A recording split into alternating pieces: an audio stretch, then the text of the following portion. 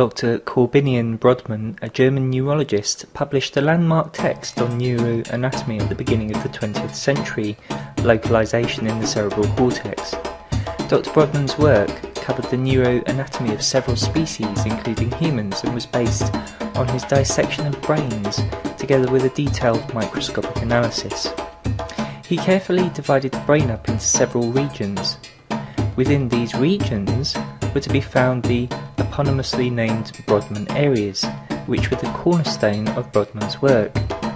By relating his microscopic analysis to superficial macroscopic landmarks, such as sulci and gyri, he was able to present clinicians and researchers with a relatively easy to understand map of the brain.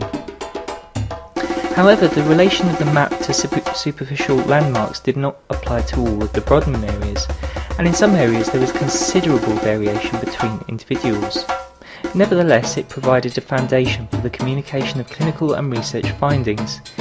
Before long, Brodmann areas had become one of the mainstream methods for neuroanatomical localization. The essence of Brodmann's work relating to humans is contained within approximately 21 pages in one English translation. The Cingulate region was described by Brodmann as consisting of 6 Brodmann areas, which are as follows. Brodmann area 23, the ventral posterior cingulate area. Brodmann area 31, the dorsal posterior cingulate area.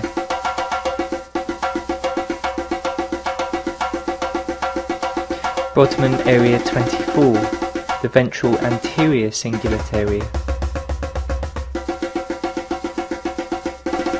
Brodmann area 32, the dorsal anterior cingulate area.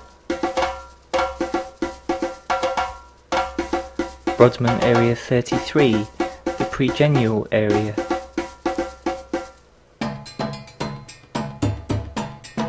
Brodmann area 25, the subgenial area.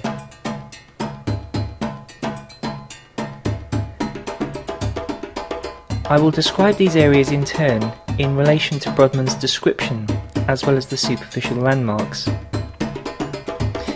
Figure 1 below shows many of the Brodmann areas, reproduced from Brodmann's original 1909 work, whilst Figure 2 shows some of Professor Cajal's drawings of the structure of the cortex.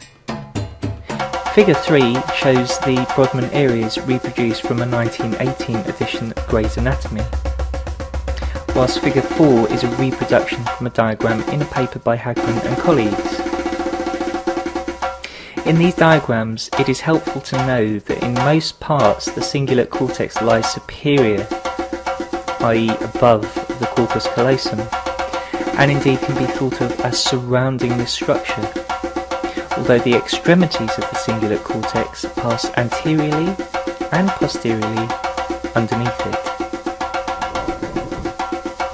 Turning first to Brodmann area 23, the ventral posterior cingulate area, the reader is directed to Figure 1.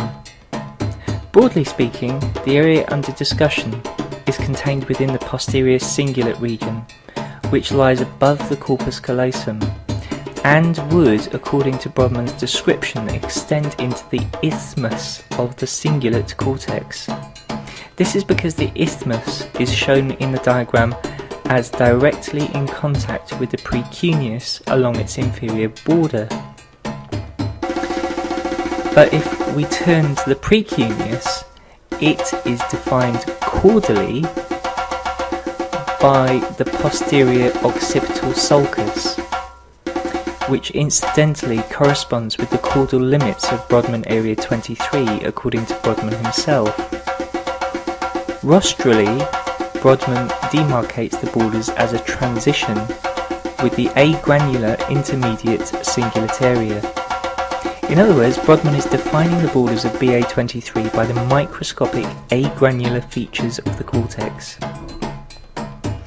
Now turning to Brodmann area 31, the dorsal posterior cingulate area, Brodmann describes this as occurring in the dorsal aspect of the posterior cingulate cortex, and arcing around Brodmann area 23 until the parieto-occipital sulcus. Brodmann's description is slightly confusing in relation to the above diagram, as he is familiar with the isthmus of the cingulate cortex, which he describes separately under the retrosplenial region. Brodmann does describe a relation both to the parietal cortex and the subparietal sulcus, but the description of these relations is rather vague. Next, looking at Brodmann area 24, the ventral anterior cingulate area, which is essentially the anterior half of the cingulate gyrus, located next to the corpus callosum, with the exception of Brodmann area 33. Caudally, this extends to the transition zone defined by the change in granularity. Brodmann area 32 is the dorsal anterior cingulate area, which extends to the cingulate sulcus anteriorly as well as the superior rostral sulcus ventrally. So anteriorly the cingulate sulcus, ventrally the superior rostral sulcus. Brodmann area 33 is the pregenial area, which is a thin strip of the anterior cingulate cortex which lies adjacent to the corpus callosum through its course and passes deep into the callosal sulcus. Brodmann area 25 is the subgenual area. Brodmann's microscopic analysis revealed a basic laminar pattern. The area extended from the fornix to the transverse rostral sulcus, and inferior medially is close to the olfactory trigone. This can be visualized relatively easily in figure 3.